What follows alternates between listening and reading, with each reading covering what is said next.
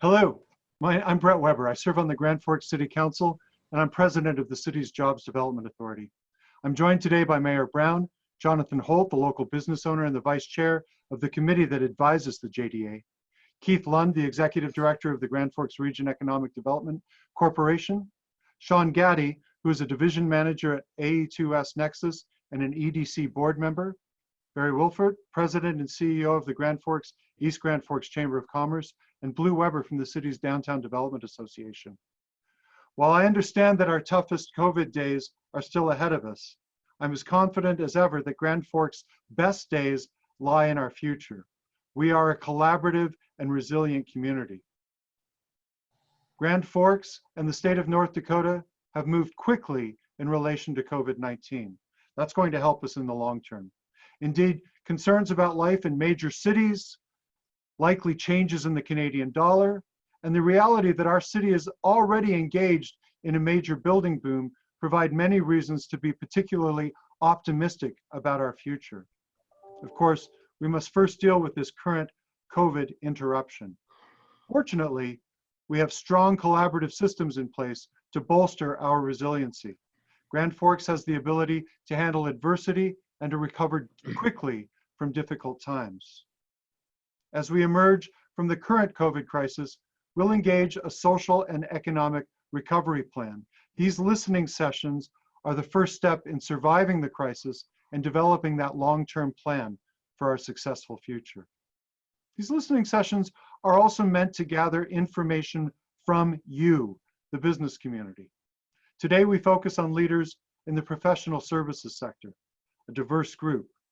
The city and its partners need to know what those challenges are that you're facing and to hear your ideas for solutions and support.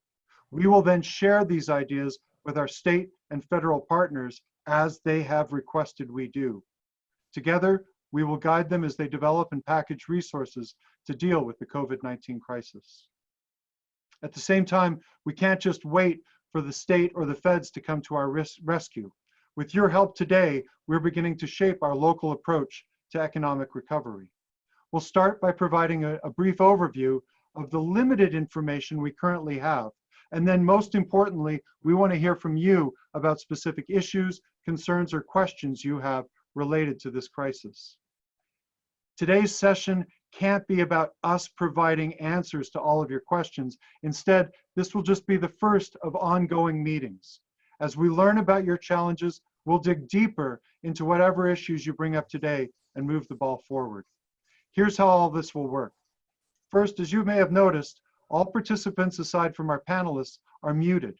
This is to address the logistics of bringing so many people together and to ensure that nobody's talking over one another. We'll be utilizing the chat function as our main means of hearing from you. If you hover your cursor toward the bottom of the screen, you'll see that the chat option pop up. Please open that and feel free to enter any questions, comments, concerns, or issues you have. We'll then try to cover as many of those as we have in the time that we have. Additionally, the chat window serves another important function. We'll be able to retain a transcript of all the questions asked. That way we won't miss anything and we'll have an opportunity to follow up and record your questions and concerns. Now I'd like to have the panelists offer a quick summary of the most pertinent background information we currently understand in terms of existing supports and plans for future programs during this rapidly changing environment. Is Mayor Brown with us? I know that Mayor Brown. Yes. Yes, Mayor Brown, take it away, sir. Well, I want to thank you. I find these listening sessions very valuable, and I appreciated your introduction and your setup for this meeting. So now we're ready to listen. Very good. Jonathan Holt, local business owner and vice chair of the city's Growth Fund Committee. Thanks, Brett. A couple of things. I'll let Keith and Barry get into a little bit more of the information overview, but a couple of things I just want to note. First of all, if you've listened to the governor's press conferences at all, you've heard him talk about a whole of government approach. We're taking the same approach here in Grand Forks with partnerships with the public and private sector. We all are in constant communication with each other, and we recognize that with today's listening session, we're covering a diversity of different types of businesses, and we also recognize that this might not be the place where you all feel comfortable sharing specific challenges that you're having. I noticed that Blue already typed his contact information into the chat box. I just put mine in there. Just please know that all of us are available to you at all times, day and night. If you want to reach out to us individually and chat with us, we can certainly take your concerns to our group and see what we can do. You may have seen with the restaurant industry recently, there have been some changes that have already been made to licensing that have come out of these listening sessions. Local government has the ability to be nimble as concerns come up. So please reach out to us individually. We're available to you at any time, and we look forward to this session today and learning from you all. Thanks. Thank you, Jonathan. In fact, I moved a little bit quickly there. Mayor, thank you for your leadership during this time. Thank you for your support of these sessions. And as Jonathan has just mentioned, thanks for listening to the concerns that are coming up and already engaging in change in the community. Keith Lund, President of the EDC. Thanks, Brett, and thanks, Mayor. Just quickly get into it. I want to thank all the participants for joining today. I want to let you know that a number of organizations have placed resource web pages on their websites, and the EDC is no different. So if you haven't already found a trusted site, feel free to use ours at grandforks.org. We're in communication with the North Dakota Department of Commerce on a daily basis, and we're sort of following their guidance in terms of companies that are looking for additional resources and how they should approach that. Their recommendation is, first of all, please talk to your local lender. They're likely in the best position to support you. They know you the best. They have a vested interest in your success, and they're in a better position to respond quickly.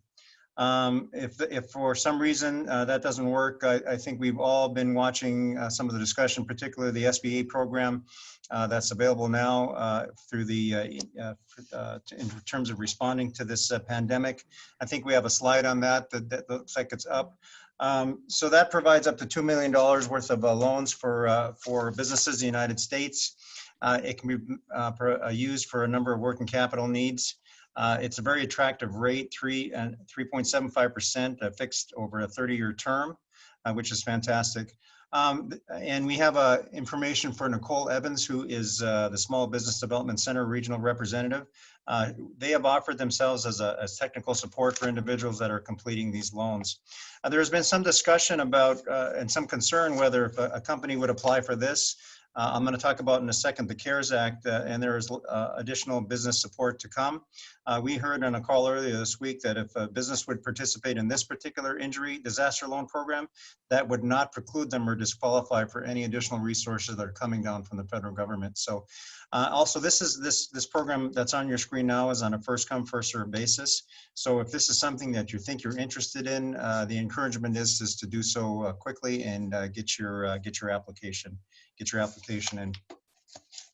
As I mentioned just a short time ago, all of the folks on the call, and I imagine many of you are following very closely the CARES Act in the federal government, which has passed the Senate, and I believe the House is scheduled to vote on it tomorrow, and hopefully that passes. That's got some very interesting and very valuable programming that's attached to it, additional business financing for businesses with 500 employees or less, payments to individual taxpayers to help in this time of need. And then hopefully there haven't been a lot of layoffs in the industry, but if there have been, there's expanded unemployment benefits that are likely to be a part of that package. So I'm sure you will, but please stay tuned to that and access anything that you think would be valuable for your company. And the last thing I want to talk about before I turn it back to Brett is the state of North Dakota is going to be coming out through the Commerce Department a business survey, and they're going to be distributing that through a number of partners, including the Grand Forks EDC. I imagine the state chamber. I also imagine our local chamber as well with Barry. They're going to be looking for information in various categories of industries. If you know this administration at all, they're very data driven and they want to make their decisions based on data. So I'm encouraging individuals, and we'll get that information out to everybody we can, to complete their surveys and get those back so the state can respond, understand your needs, understand what you think how you could best be served by a state response, and so they can develop programming. They're asking for this information, so I encourage you to participate. I'm looking forward to getting into the questions, and thanks again for joining. Back to you, Brett. Very good. Thank you, Keith. I want to get into the questions as well. Folks, if you have not already done so, consider hovering your cursor at the bottom of the screen so that you can open up that chat function. We want to hear from you. It'll open up a chat bar on the right-hand side of your screen where you can type in questions, comments, issues, whatever you might have. As many of you know, this is the fourth of these listening sessions. We've broken the sessions up roughly by economic sector of our local business community. The first day was food with restaurants and grocery stores. Second was retail. Yesterday was manufacturing. Today, professional services. Each of those days, we've tried to welcome in a special guest panelist.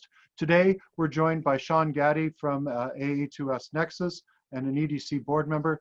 Sean, if you'd say a few words for us. Thanks for joining us. Yeah, thank you, Brett.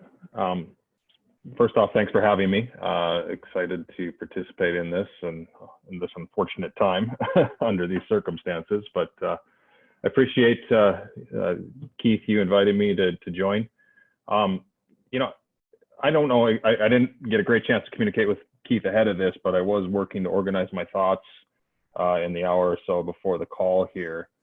And I wanted to offer a little bit of insight on our business and what we're seeing from a professional services standpoint. You know, I don't know if everyone on the call is aware of AE2S and what we do as a company, but in general, we're an engineering services firm focused in our geography of service across the upper Midwest here, multiple states where we're currently operating. And for that reason, we're seeing a lot of diverse or varied impact in our operations. We have offices all across, like I said, the upper Midwest, Wisconsin, Minnesota, North Dakota, South Dakota, Montana, even offices in Colorado, Utah, and Arizona. Overall, we're a company hovering right around 300 people at this point.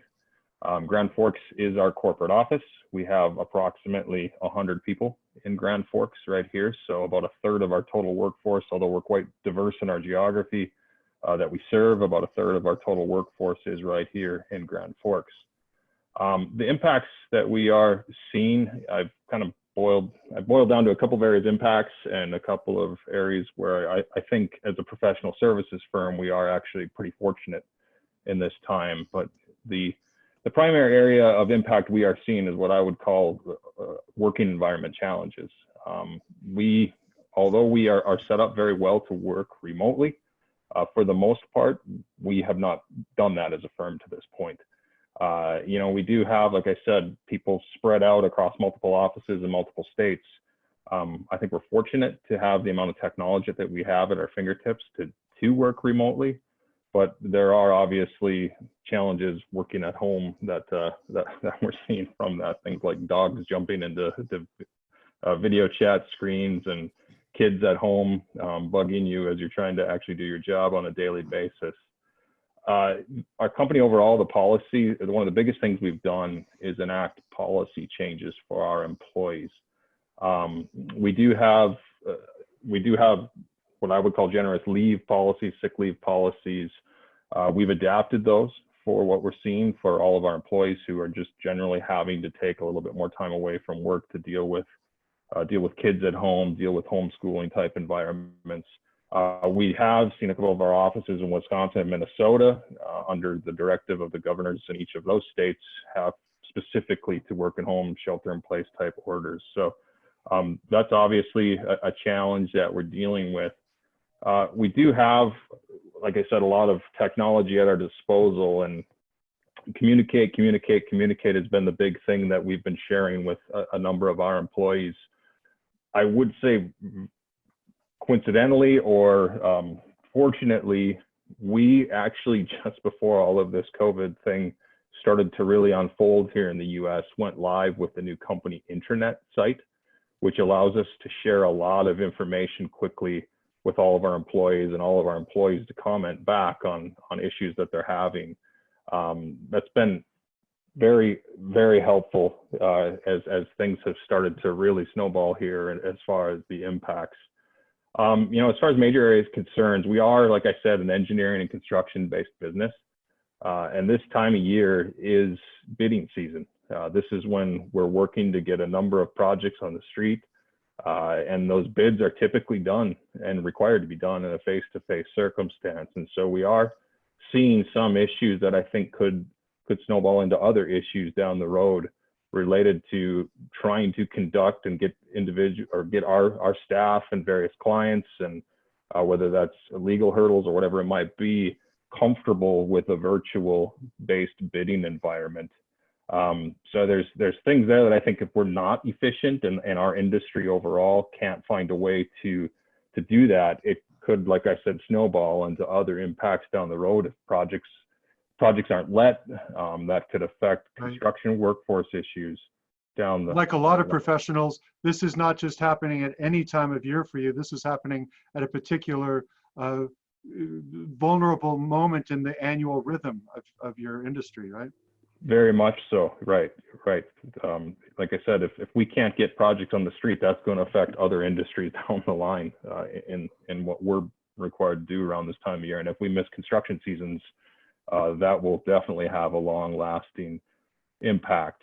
You know, overall, too, as we think about the state of North Dakota and just in general how infrastructure is funded, a lot of that money, especially at the state level, comes from commodities, the oil. Much of our world where we work in the water sector is funded from what's called the Resources Trust Fund. And the Resources Trust Fund is a set percentage of oil and gas revenues in the state. And if that starts to see less revenue, I think we could see that impact infrastructure funding in the next legislative session and what our ability will be to fund projects. And so some of that is another long lead concern that we're worried could also snowball into a number of other areas besides just our own. Fortunately, one of the things we've seen at the local and the state level is a great deal of willingness to be responsive to ongoing needs, which is one of the purposes of these sessions, is to try to capture those needs so that we can send them out to the various groups. We want to get to the questions. Hopefully those start accumulating in the chat section, but if I may, Sean, I'm going to bring you back in a little bit. I want to get through the other panelists.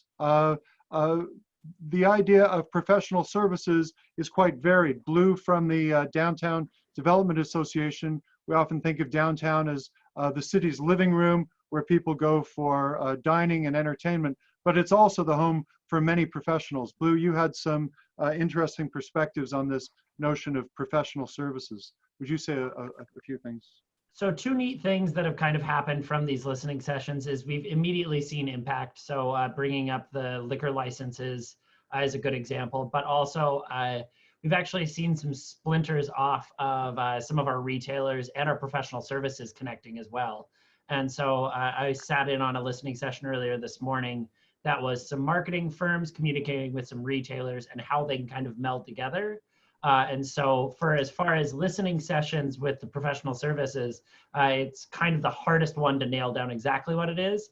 But we wanted to make sure that we are getting the people who sometimes aren't the typical entrepreneurs that you see with their shops or with their industries. And so this was the opportunity to get the marketers out there and not just hear what resources you need, but what are some connections that you could make? What are some things that you think we could be doing as a city or as a state to better support small business, not just from the resource side, but from the skill side. So Very good. My information was on there. Please contact me. Wonderful. Thanks, Blue. And Barry Wilford from the Grand Forks, East Grand Forks Chamber of Commerce. Barry. Thanks, Blue, and Brett. Thank you guys both. I appreciate it. You know, the chamber is obviously, you know, very, very concerned. We've been very, very involved in this whole process. We're really concerned about not only the physical health, but also the economic health in our community at this point. Last week already, we partnered with the Herald on the business hours at grandforksherald.com. That's the email you can send your hours to.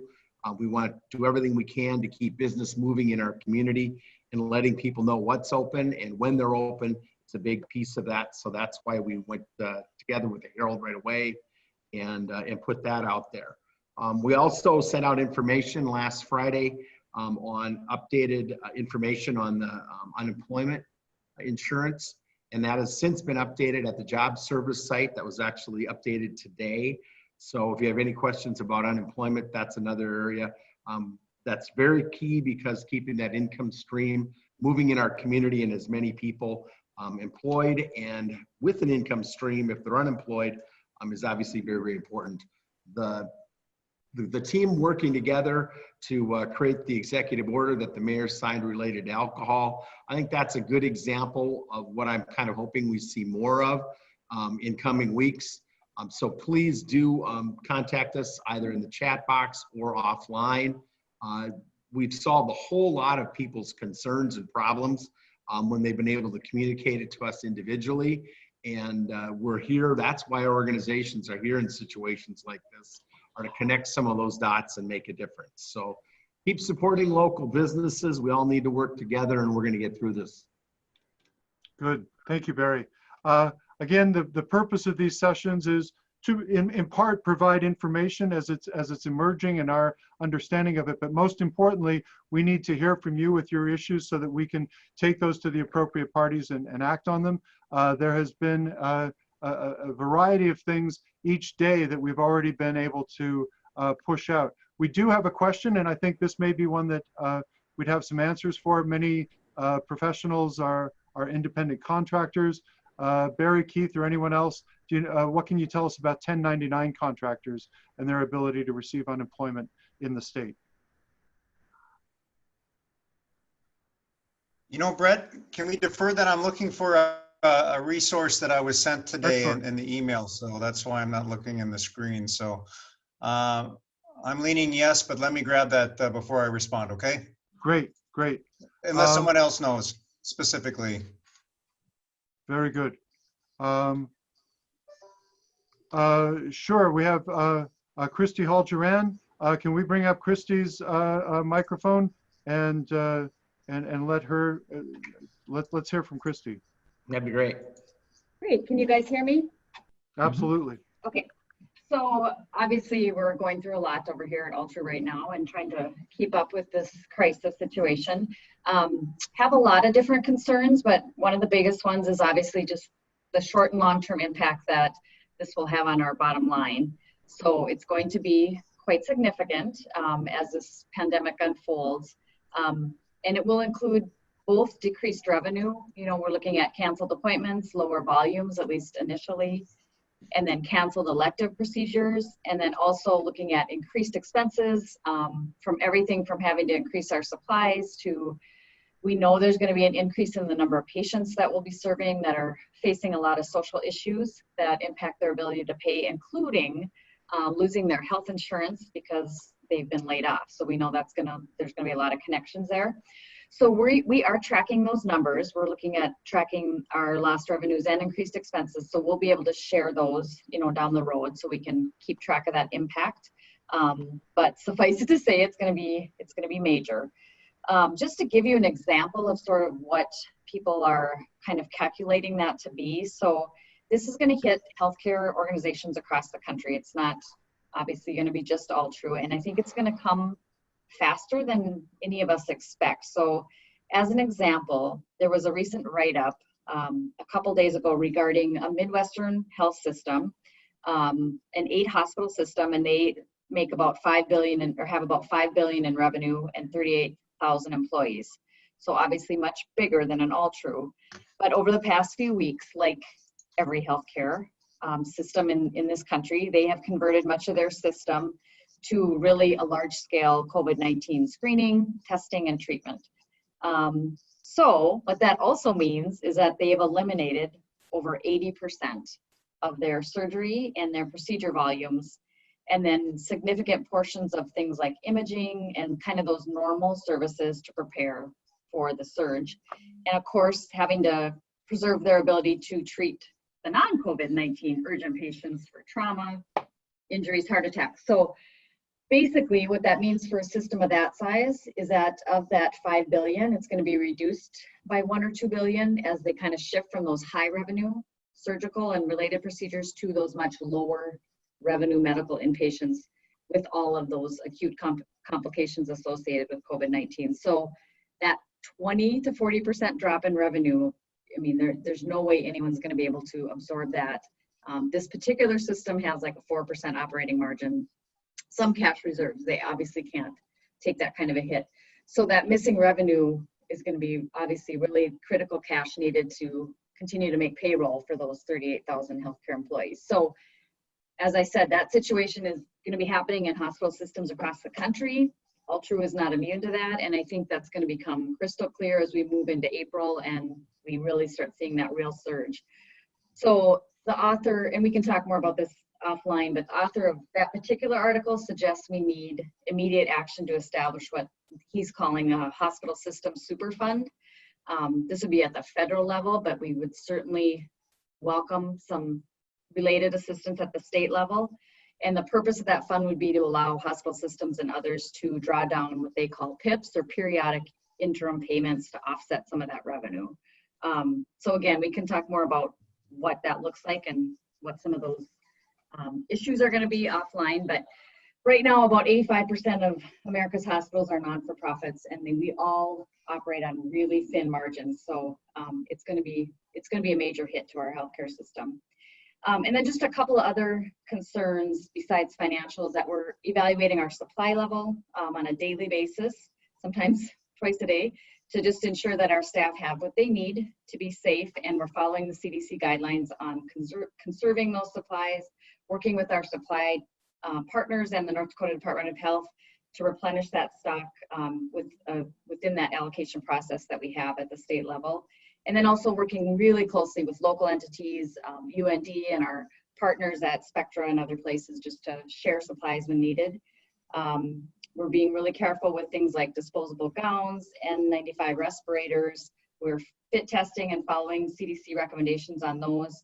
Hand sanitizer, which thank you, Keith, for reaching out on that particular issue. That was super helpful. And then our community, of course, continues to reach out daily to provide donations, and we're looking to receive donations of N95 respirators from some of our local construction and manufacturing businesses. As far as our workforce, same concerns as all of you, the anxiety, but I think we have that added stress of being in the healthcare environment and just that anxiety about being exposed to the virus. And then just a couple important PR messages that we want to make sure and get out there in any way that anybody can help us. Most important one is that we are here for our community and region. This is why we exist. And so we want to be here for our community, our patients, and for anybody who develops, whether it's COVID-19 or any other health concerns. Really want to encourage people to follow those CDC guidelines, washing hands, staying home, and all of those. And then that if we could please urge the public to continue to use that hotline if they think they might have the virus, instead of walking into our facilities, that try to use that screening hotline as well. Okay, thank you very much, Christine. A number of messages there. One that I was hearing, if you're in an industry or you have a business where you might have the protective gear, the masks, etc., an N95 mask, I think is the term. Yep. Maybe you're not needing those as much as Altru could make use of those right now. Donations of that sort, certainly welcome. One of the things that we're doing with these sessions is taking issues like a hospital system super fund, plan on taking that to the city's legislative committee, and then coordinating with Team Grand Forks, a collaborative legislative effort led by Barry and the chamber. I'll also mention at this time, if there are others who would prefer to jump on their microphone rather than trying to type everything that you might have in the chat box, please send me a chat, and we'd be happy to have you jump up here. So thanks for all that information, Christy. Brett? We are, yes, please. Oh, I'm sorry if you weren't done. I thought you were pausing. See, I reviewed the state information. The governor, North Dakota's governor, has signed an executive order that made business owners eligible for unemployment insurance. I want to thank Becca and Brandon from my office. They sent me a summary. We received a summary of the stimulus bill from the International Economic Development Council. And in its present form, now keep in mind that it's not approved, but the stimulus bill creates temporary pandemic unemployment assistance program for those not traditionally covered by unemployment insurance, which include self-employed independent contractors and those who are those with limited work history. So the stimulus bill appears to address that if it's approved in its current form. And if I can just say, one of the things that shows pretty heavily right now is how fast things are changing and how fast new things are coming up. And so thanks for the correction on that, Keith. Yeah. You know, can I just add, I know that tomorrow we're looking at having a meeting of a lot of the people who are on the panel here today. And one of the things we're going to talk about are what are some of the next topics that we're going to try to get information out on. And a lot of the things that have come up in these sessions are going to be things that we're going to be looking to putting together some Zoom meeting information, Q&As together with panels of experts on over the next couple of weeks. I know Keith and I have talked about that, Blue and I have talked about that, and I'm expecting that'll likely be an outcome of our meeting tomorrow, that we're going to try to get some actual Q&A sessions put together so people can actually ask these experts these specific questions, because I think we're getting a lot of those questions at our office, and I know Keith are too. Very good. One more that I'll jump in with. We are one community with two cities. Most of the focus here has been on North Dakota, but of course, events and resources in Minnesota are important to our community as well. Paul Gorte from the East Grand Forks.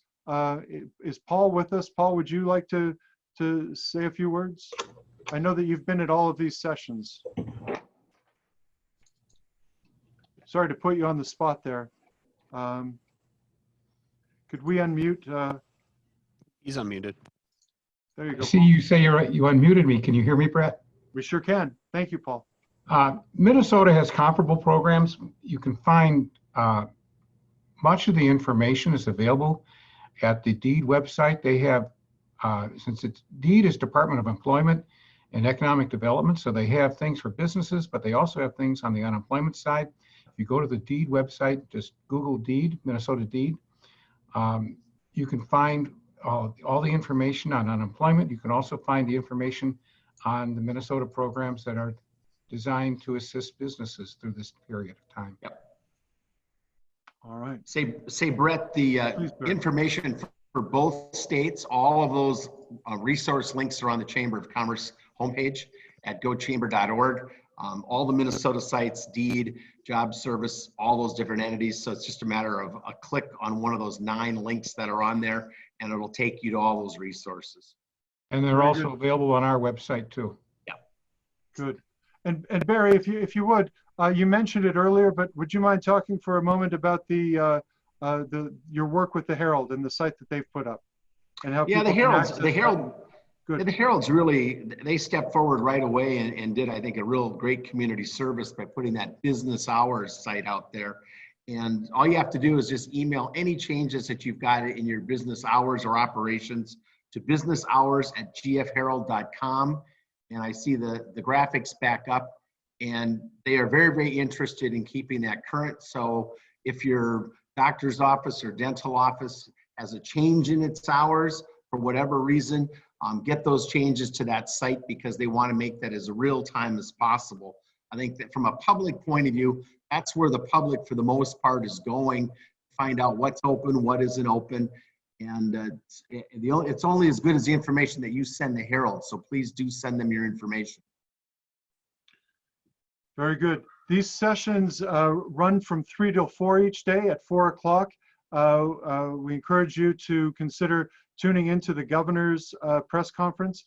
Steve Burian has posted a question there about the possibility of a complete lockdown in North Dakota, asking if the Grand Forks leadership is willing to discourage a complete lockdown at that state level.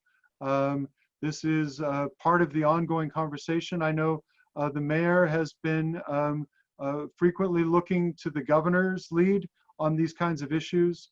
But that's something that we need to be discussing because we are trying to get information from our local business community to the governor's office and state departments as quickly as possible. We also have Mike Dunn, who has just posted requesting a comment on the status of the legislative interim committees. Are they continuing to meet? It's my understanding that they are continuing to meet. Barry or Keith, someone might be able to comment on that in more detail. Brett, I know this is Sean. I Great, know Sean, thank through you. a lot of our work that we do at the legislative level related to our projects and funding, as I was describing earlier, a lot of Good. those meetings have actually been postponed Yep. to what's now looking like June. At least all of the committees that I have interacted with, that's what we're hearing. And I know at the city level, this is our budget season. I'm sure that the governor would normally also be putting his budget together at this time. Do we know anything about the state budget process? Everything just on hold right now?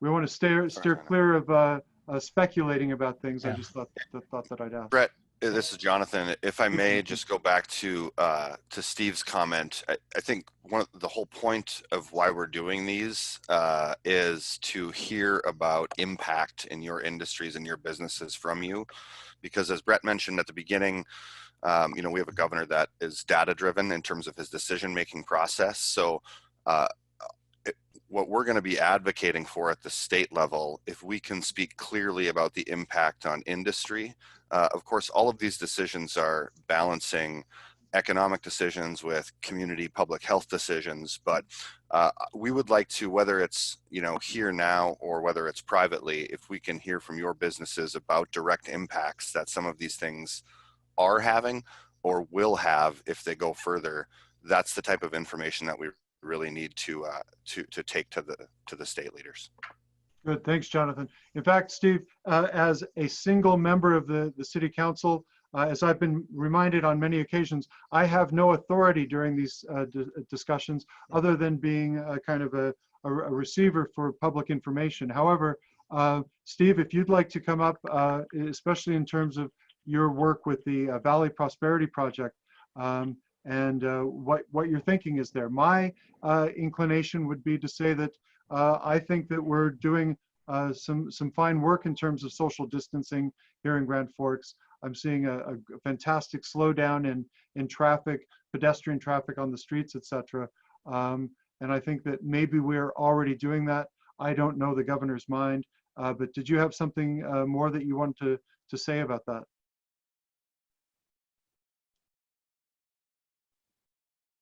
Is Steve still with us? Do we want to unmute Steve? Well, while we're checking into that, Sean, one of the things that came up with Christie's message, and it's been an issue through all the sessions, is workforce issues. Not just are people able to get to work, but I'm increasingly getting the sense that while we're seeing tremendous slowdowns or termination in some sectors, other sectors of our community may actually be asked to gear up very quickly. What kinds of workforce development issues are you seeing either at AE2S or elsewhere across the sector? As I mentioned, a lot of our work that we do is in the water utility sector, and many of our clients and many of our projects have actually been deemed essential. And so, from a workforce standpoint and those underlying drivers of our business, we're not necessarily seeing issues with the work being there. More so what we're seeing, I think, is the availability as people are being affected by the outside circumstances of lockdowns and homeschooling and other issues, that our employees are getting pinched in that regard, where they're needing to take some leave to address their own personal issues. And we've been as flexible as we can with that. But like I said, a lot of our work in the infrastructure utility sectors that we perform is in essence, been deemed in most states where we're operating an essential service, where our clients are still working. And so we're still having to work to support them. Right. This was a major part of the discussion yesterday, essential industries. It sounds like there's an important process for people to engage if they wish for their business to be considered an essential business. Keith, would you speak to that? Sure. And then I want to come back to Council President Sandy's comment. Absolutely. There were a couple of companies on our manufacturing call yesterday that were critical supply chain partners of industries, companies that are considered essential industry infrastructure in particular. So the conversation was, number one, advocate to the governor's office to write a letter and to talk about how integral you are in the supply chain for those critical industries. The other advice given by one company was to go to that, I'll call it a prime contractor who is essential, and get them to designate your company as an essential vendor or supplier. And that way, when some of these decisions come down, if they have to come down, and our governor has been very clear, at least till now, saying that that's not the plan. So I don't know if we want to overreact to speculation, but it's never a bad idea to put yourself in the best position and covering all contingencies. So I would say advocate to the governor directly, but then make sure your partners recognize you as essential. Thanks, Keith. Keith, we Council have President- actually, Yes. I was Go saying, ahead, Sean. Brad, Keith, we've actually seen that one of our major projects in Utah right now, which has some inspection services that are ongoing in order to make sure that a piece of infrastructure stays in good working order. We actually, from the board of directors of that actual authority, had them write a letter designating us as such in order for our employees to still be able to travel there and do that work. So yeah, there are key things like that are happening as well. Yeah. Very I'd good. like to add that 2 companies in Grand Forks have had the same thing happen out in California, where they were deemed essential by the governor of California as part of the supply chain, after the companies that they work for petitioned the governor's office. And if it can happen in California, I'm confident with our strong business climate in North Dakota that we can get it done in North Dakota. Very good. And Blue, you've asked to comment on City Council President Sandy's question there about the possibility of, for instance, restaurant leaders proposing plans to get open again, but in a way that accommodates social distancing. Blue. It's something that maybe Jonathan can also speak a little bit on, since he actually knows restaurant industries more than I do. But I will say that one of the nice things that we've seen both from this group and just from our community is the way that a lot of restaurants have been interacting with their customers has changed. And so before we went into the closure of bars and restaurants, we were actually helping some different places practice social distancing. So doing tables about 10 feet away from each other, things like that. So couples or families could still go out and eat, but keep that social distance, as well as moving over to disposable utensils, things like that, to kind of make it a little bit more sanitary and things like that. But we're always trying to be nimble with the restaurants that we work with. And you can see ones that aren't well known for being delivery services are now suddenly some of our top delivery services in town. So just a quick answer on that, but I do like the idea of getting them together more and having those conversations. Do you have anything else, Jonathan? Well, I think to your point, obviously we're in really interesting and crazy times right now where everything's unique, and we're having to, we heard on every listening session so far, we've heard from people that are talking about pivoting their business models, right? And doing that sometimes overnight. We also are, competitors with most of these businesses, but we find ourselves working with them now to get things done for the industry as a whole. What's interesting is I think a lot of the things that might go into a plan like that, Dana, are things that we started to practice for 2 days as the curve started to ramp up, probably before, we were shut down from dine-in services. So we've got some practice. Blue laid out a couple of them. I think restaurants are taking every precaution that they can right now. Fortunately for us, we've continued to make the point too that we already work in an industry where regular sanitation and best practices for public health are a part of what we do every day prior to this. So we've ramped up those efforts, but just in many cases, just continue the efforts that we do every day. I think, to answer your question more directly, Dana, I think we've already started as restaurant owners to talk on a daily basis about what we can do to help our industry. And I would have no hesitation with all of us sitting down and coming up with a plan to address ways to create revenue streams that haven't been there in the past and maybe aren't there right now, but also, again, as I mentioned before, balance what's best for the community from a public health perspective as we move forward. I would also say that we should be looking at doing that across all industries, right? And working, one of the things that we talked about with our first couple listening sessions is that we're able to make more headway and get further with state and local leaders when we can come forward as an industry as a whole with recommendations of how we can make impacts and provide some relief for our industry versus you know, Dana or Brett getting 50 different emails with slightly different thoughts from people within the industry. It's just hard to filter all of that. So one of the reasons we wanted to do these listening sessions is to encourage us all to work together as industries so that we can continue to keep commerce going as much as we can while balancing the needs of public health. Very good. Thank you, Jonathan. And there was a post from Steve Burian about my earlier question regarding the governor's budget process. One of the things that we heard during yesterday's session, the last 2 days, was that some businesses are experiencing an excess of inventory, while others are experiencing supply problems and may have available inventory space. So looking for opportunities across businesses, professional services. As Jonathan mentioned, before all of this, you may have been competitors. Now you see a common cause. And those kinds of things is what Grand Forks is known for. We're known for bringing solutions and recommendations to state government rather than just requests. So the Team Grand Forks legislative effort put together by Barry Wolfert at the Chamber involving the city, airport authority, UND, city and county has been an important mechanism for that. And that's one of the things we'll be doing, is taking the comments that we hear from these sessions and putting that to work in terms of recommendations or proposals to our state and federal partners. We'll be meeting after this session is over today to discuss what these should look like in the future. I think that there is an appetite to continue something like these sessions, but I don't know that it's necessary to do the full breakout by sector again. So whether you have questions or comments, if you could give us some feedback in the chat box about what you'd like to see moving forward. Are these useful? How would you like to see us modify them to be more useful to you in the future? With that, we are getting near the end of the time.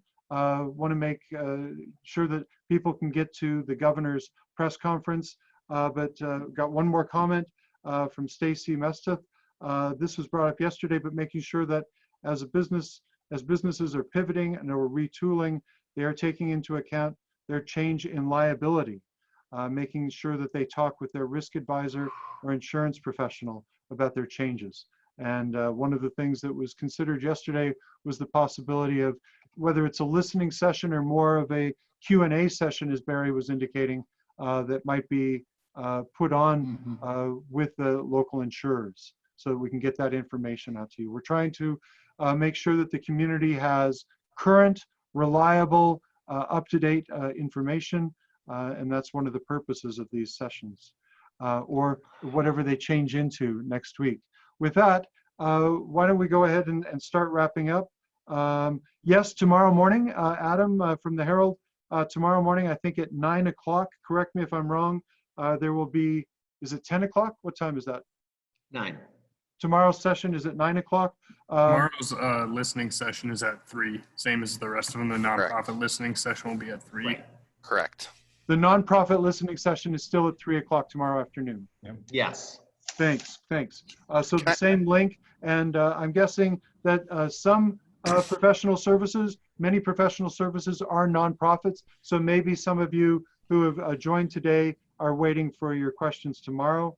So there's your answer to that, Adam. Barry, anything in closing?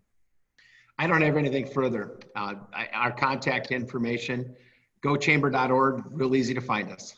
Very good. Thank you, Barry. Keith. Yeah, I'm just going to repeat and encourage individuals to participate in the survey that comes in.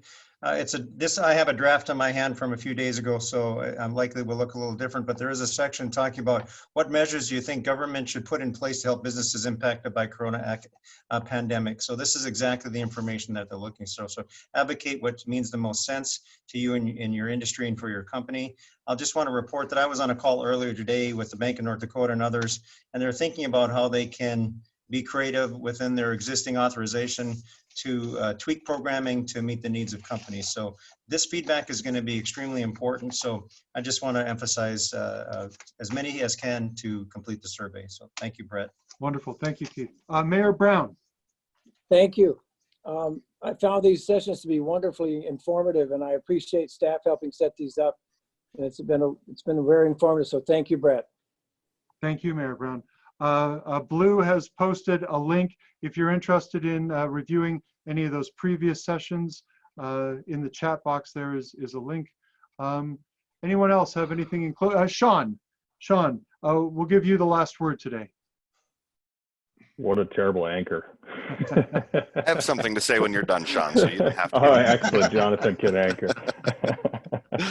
I just want to thank everyone who's been involved in setting these up. I think this is a great idea to make sure that our community is staying active and engaged and responding in the best way that we can for this. And appreciate everyone pulling together to, like I said, build a consensus and build community support for whatever is necessary to respond to this. So thank you.